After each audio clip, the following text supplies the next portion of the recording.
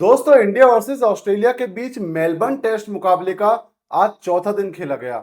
और दोस्तों, चौथे दिन के बाद में हम कह सकते हैं कि मेलबर्न टेस्ट मुकाबले में तीनों रिजल्ट पॉसिबल हैं। मैच इंडिया जीत भी सकती है, मैच इंडिया हार भी सकती है और मैच दोस्तों ड्रॉ भी हो सकता है। दोस्तों, लास्ट विकेट के लिए ऑस्ट्रेलिया ने ऐसी पार्टनरशिप करेगी, दोस्तों ये किसी ने सपने में भी नहीं सोचा था। ऑस्ट्रेलिया लास्ट विकेट के लिए 55 रन की पार्टनरशिप करती है और अभी भी दोस्तों ऑस्ट्रेलिया के वो बल्लेबाज टिके हुए हैं। बात करें, इंडिया ने पैट कमिंस को आउट किया 173 रन के ऊपर, यानी कि 173 रन के ऊपर 9वां विकेट ऑस्ट्रेलिया का गिरता है। इसके बाद 10वां विकेट ऑस्ट्रेलिया का गिराना था। बल्लेबाजी कर रहे थे इस समय स्कॉट बोलैंड और नेथन लायन। और दोस्तों, स्कॉट बोलैंड और नेथन लायन ऐसी पार्टनरशिप करते हैं, ऐसा डिफेंस दिखाते हैं, 1 रन से लेते हैं, 2 रन बनाते हैं और यहां तक कि 4 रन भी मारते हैं और 55 रन की पार्टनरशिप करते हैं 120 बॉल में। दोस्तों, 20 ओवर खेलने का काम ये दोनों बल्लेबाज करते हैं और ऐसी पार्टनरशिप दिखाते हैं कि 55 रन यहां से जोड़ देते हैं और इंडिया के लिए कह सकते हैं एक बहुत बड़ा टारगेट ये सेट कर देते हैं। क्योंकि जब हमने देखा दोस्तों, एक समय था जब 91 रन के ऊपर ऑस्ट्रेलिया के 6 विकेट गिर चुके थे, सारे बड़े बल्लेबाज आउट हो गए थे। उस्मान ख्वाजा आउट हो गए, ट्रेविस हेड आउट हो गए, एलेक्स कैरी आउट हो गए, मिचेल मार्श आउट हो गए, स्टीवन स्मिथ आउट हो गए, मतलब सारे बड़े बल्लेबाज आउट हो गए थे। यहां तक कि सैम कॉन्स्टास को भी जसप्रीत बुमराह ने डंडा उखाड़कर आउट कर दिया था।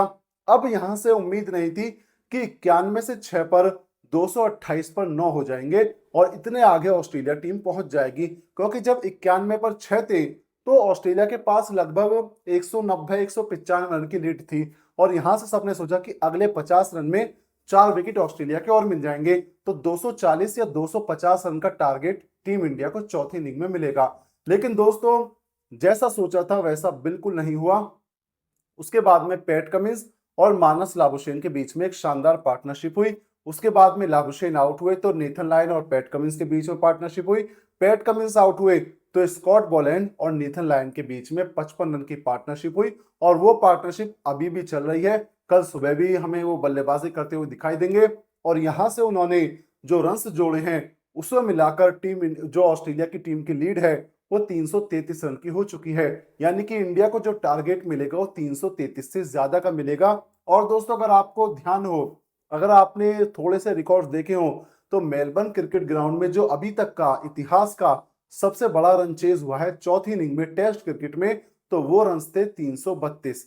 यानी कि उनसे भी एक फालतू रन यहां पर बन गया है। और 332 रन कब चेज हुए थे? वो साल था 1895 का। यानी कि लगभग 129 से या 130 साल उस चीज को हो चुके हैं। उसके बाद में इतना बड़ा स्कोर कभी चेज नहीं हुआ।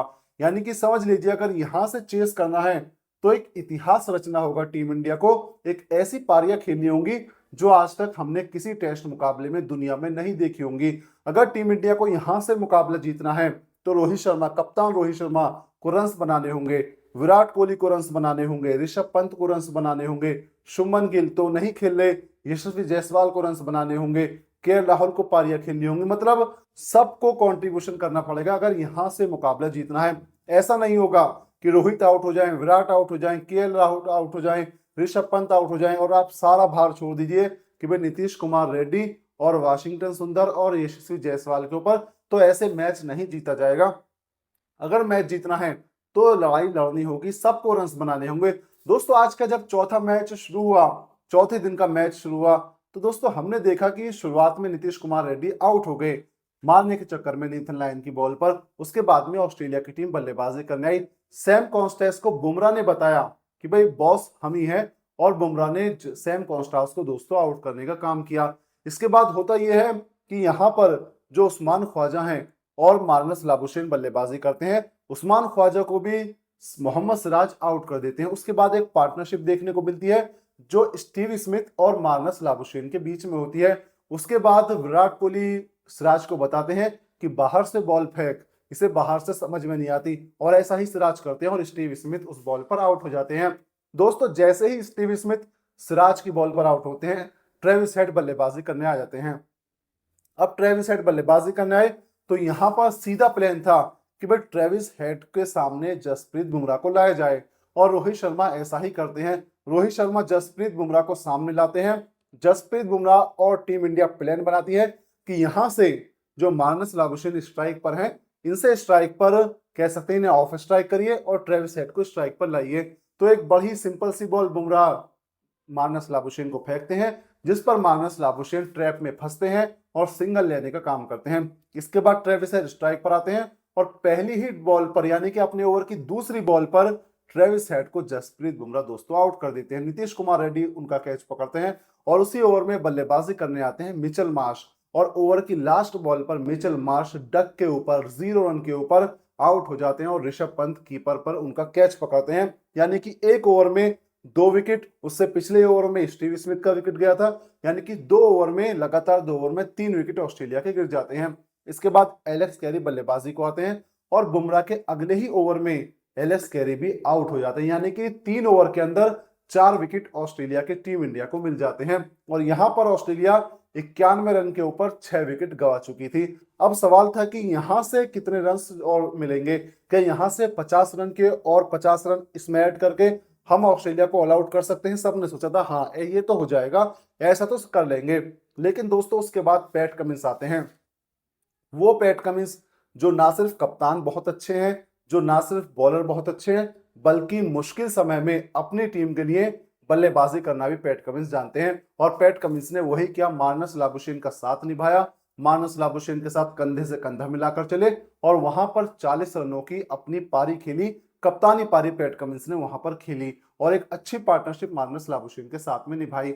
उसके बाद में मार्नस लाबुशेन दोस्तों आउट होते हैं, जिनका विकेट कह सकते हैं सिराज लेने का काम करते हैं। उसके बाद में पैट कमिंस आउट होते हैं, जिनका विकेट रविंद्र जडेजा लेते हैं और जब पैट कमिंस आउट होते हैं तो ऑस्ट्रेलिया का स्कोर होता है 173 के ऊपर 9 और ओवर होते हैं 64.1, यानी कि 65वां ओवर उस समय चल रहा होता है। अब यहां से लास्ट विकेट होता है स्कॉट बोलैंड और मतलब हम कह सकते हैं नेथन लायन का।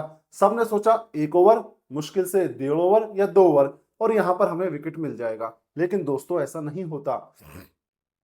बुमराह बल्लेबाजी के लिए आते हैं, सिराज बल्लेबाजी करते हैं, आकाशदीप बल्लेबाजी करते हैं, वाशिंगटन सुंदर बल्लेबाजी करते हैं, रविंद्र जडेजा बल्लेबाजी करते हैं, पांचों बॉलर तक बल्लेबाजी कर लेते हैं, लेकिन ये दोनों में से कोई भी आउट होने का नाम नहीं लेता और ये दोनों इतनी अच्छी बल्लेबाजी दिखाते हैं।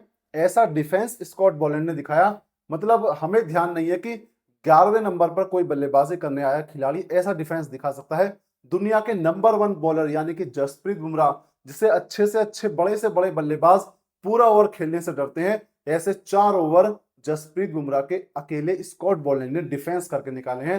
अब आप समझ सकते हैं कितना तगड़ा डिफेंस यहां पर स्कॉट बोलैंड ने दिखाया है और यहां से ये 228 पर ऑस्ट्रेलिया टीम को ले जाते हैं, यानी कि 173 से 228 तक ये रन जोड़ देते हैं, जो कि 55 रन होते हैं और 55 रन और ऑस्ट्रेलिया की जो पहली पारी के रन थे उन्हें मिलाकर 333 रन की लीड ऑस्ट्रेलिया के हाथ में हो जाती है। यानी कि 333 रन का तो लक्ष्य मिलेगा इंडिया को और हो सकता है कि ये दोनों कल आकर 340 भी कर दें या 350 भी कर दें, यानी कि ये टारगेट इंडिया को कल मिलना तय है।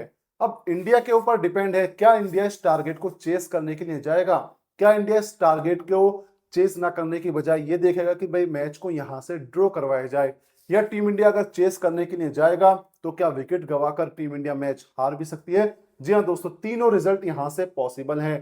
टीम इंडिया मैच जीत भी सकती है, मैच हार भी सकती है और मैच यहां से ड्रॉ भी हो सकता है, यानी कि तीनों रिजल्ट यहां पर दोस्तों पॉसिबल हैं। अब बात करें आज के मैच में, सैम कॉन्स्टास लगातार भाई मतलब जब विराट कोहली आउट होते हैं तो ग्राउंड पर जाकर कहते हैं भाई सेलिब्रेट करिए, लेकिन जब आज सैम कॉन्स्टास को जसप्रीत बुमराह ने दोस्तों आउट किया तो वहां पर हमने बुमराह का सेलिब्रेशन देखा, जहां बुमराह क्राउड से कहते हैं सेलिब्रेट करिए। तो मतलब एक बहुत अच्छी राइवलरी हमें देखने को मिल रही है मेलबर्न क्रिकेट ग्राउंड के ऊपर।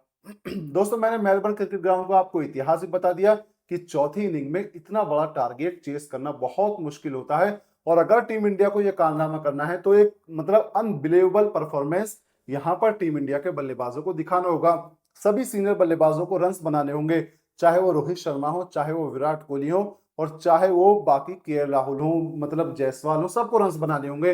वहीं दूसरी तरफ दोस्तों ऑस्ट्रेलिया तो सेमी उसमें WTC के लिए जद्दोजहद कर रही है और साथ में इंडिया भी, लेकिन दूसरी तरफ अगर हम देखें तो साउथ अफ्रीका भी WTC फाइनल के लिए जद्दोजहद कर रही है और मुझे लगता है कि साउथ अफ्रीका पहली टीम बनेगी जो WTC फाइनल में क्वालिफाई करेगी, क्योंकि इस समय साउथ अफ्रीका और पाकिस्तान के बीच मुकाबला चल रहा है, जहां साउथ अफ्रीका को जीतने के लिए 75 रन चाहिए, मात्र 75 रन। वहीं पाकिस्तान को जीतने के लिए 6 विकेट चाहिए और टेम्पा बाउमा और एडन मार्करम बल्लेबाजी कर रहे हैं। तो मेरा मानना है कि यहां से जो है साउथ अफ्रीका की टीम जो है मैच को निकाल लेगी और मैच को जीत जाएगी और साउथ अफ्रीका पहली टीम बन जाएगी जो WTC में क्वालिफाई करेगी। वहीं अब एक स्थान के लिए लड़ाई होगी और लड़ाई होगी इंडिया और ऑस्ट्रेलिया के बीच में। अगर इंडिया मेलबर्न टेस्ट को जीत लेती है और सिडनी टेस्ट को भी जीत लेती है, या मेलबर्न टेस्ट ड्रॉ होता है और सिडनी टेस्ट इंडिया जीत लेती है और बॉर्डर गावस्कर ट्रॉफी भी जीत जाती है, लेकिन फिर भी दोस्तों टीम इंडिया डायरेक्ट क्वालिफाई नहीं करेगी। टीम इंडिया को उसके बाद भी डिपेंड होना होगा श्रीलंका और ऑस्ट्रेलिया की सीरीज के ऊपर, जो 2 मैचों की खेली जाएगी, जहां पर टीम इंडिया को ये ऊपर वाले से प्रार्थना करनी होगी कि श्रीलंका ऑस्ट्रेलिया को मैच हरा दे और ऑस्ट्रेलिया वहां पर मैच हार जाए और ऑस्ट्रेलिया बाहर हो जाए और टीम इंडिया WTC में क्वालिफाई कर जाए। लेकिन दोस्तों सबसे पहले है मेलबर्न टेस्ट जीतना, सिडनी टेस्ट जीतना, तब जाकर ये सारे चांसेस को हम देख सकते हैं। लेकिन फिलहाल पहला पड़ाव है मेलबर्न टेस्ट में जीत हासिल करिए, जो भी टारगेट कल के दिन में मिलता है उस टारगेट को चेस करने की तरफ जाइए, भले ही हार हो जीत हो, लेकिन कोशिश होनी चाहिए कि रिजल्ट यहां पर निकले।